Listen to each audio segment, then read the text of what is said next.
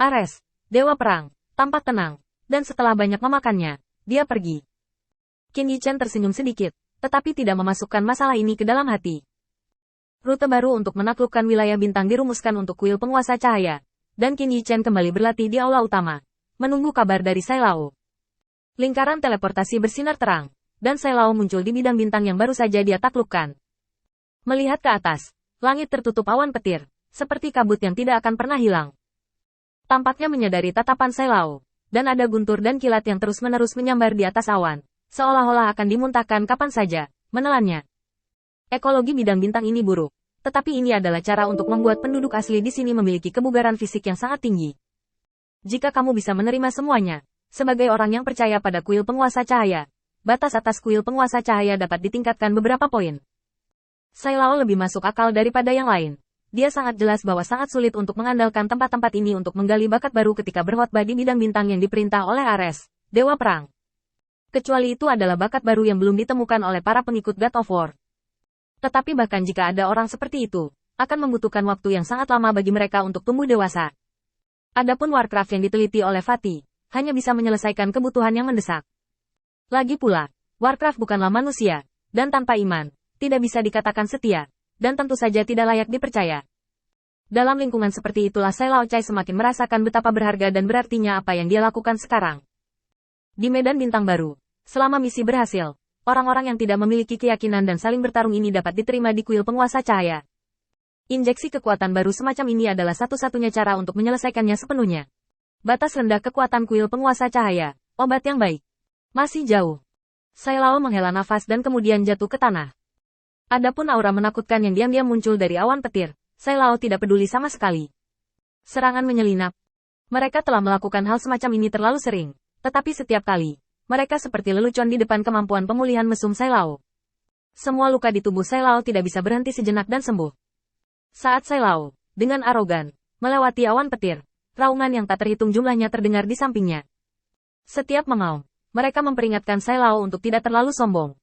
Dan Sai Lao tidak peduli sama sekali, menembus awan petir dan jatuh. Sai Lao tiba-tiba melihat kembali ke awan petir berlapis di langit, sedikit mengernyit.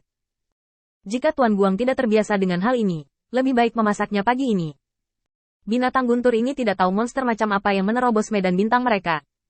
Mereka bahkan tidak tahu bahwa dalam waktu dekat, mereka akan menyesali tindakan mereka sebelumnya. Saat Sailor jatuh ke tanah, dia berhenti di sisi gunung besar. Orang-orang percaya di kuil Dewa Cahaya buru-buru melangkah maju dan menundukkan kepala untuk memberi hormat. Saya telah melihat Tuan Pelindung Zuo. Sai Lao melambaikan tangannya dan bertanya sambil berjalan menuju gerbang kota besar. Jangan khawatir tentang etiket ini. Perubahan apa yang terjadi di kota guntur ini ketika lelaki tua itu pergi? Orang-orang percaya dengan cepat menggelengkan kepala. Tidak ada yang aneh. Tetapi menurut saudara-saudara di dalam, ada lebih sedikit orang yang pergi ke kuil penguasa cahaya untuk mendengarkan ajaran dalam 2 hari terakhir. Wajah Sai Lao serius. Lapangan bintang ini adalah bidang bintang pertama yang didirikan oleh kuil Lord Cahaya kita. Kita harus memberikan penjelasan yang memuaskan kepada Lord Light Lord. Kamu memimpin orang untuk menjaga kota-kota ini. Apakah itu binatang guntur di luar atau penduduk asli di kota pegunungan?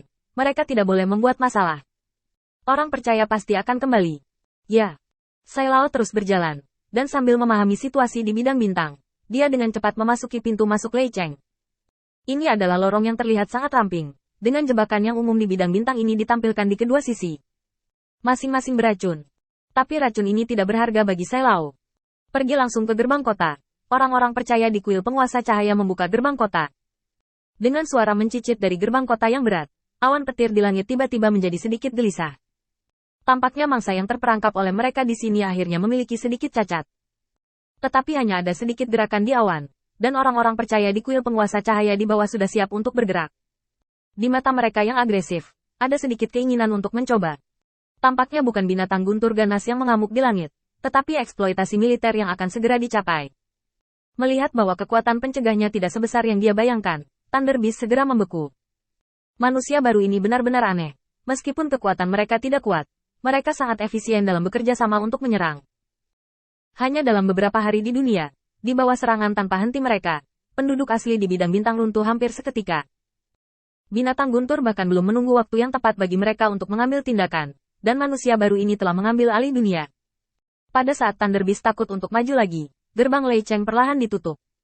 Sai Lao memandangi kota yang berputar di depannya, dan bahkan orang yang berpengetahuan luas seperti dia berpikir itu sangat menakjubkan. Di tengah gunung, ada bola cahaya putih. Di bawah cahaya bola, jalan panjang spiral ke bawah, tumpang tindih lapisan demi lapisan.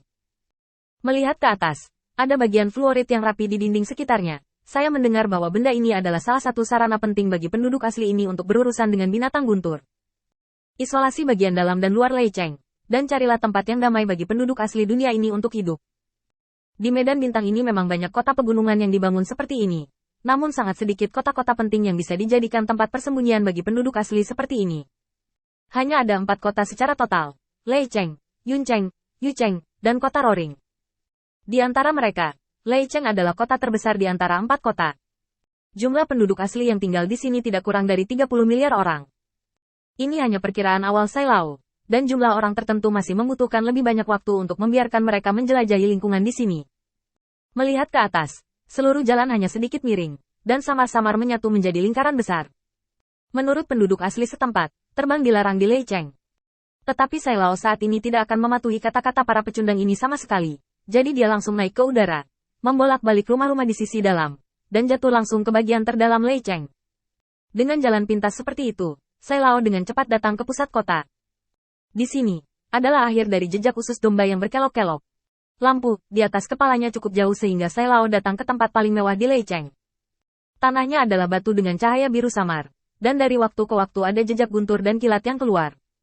Ketika kilat menyambar, kepulan asap biru sering menggulung, membuat rumah besar ini seperti mimpi. Di atas batu biru adalah sebuah istana besar.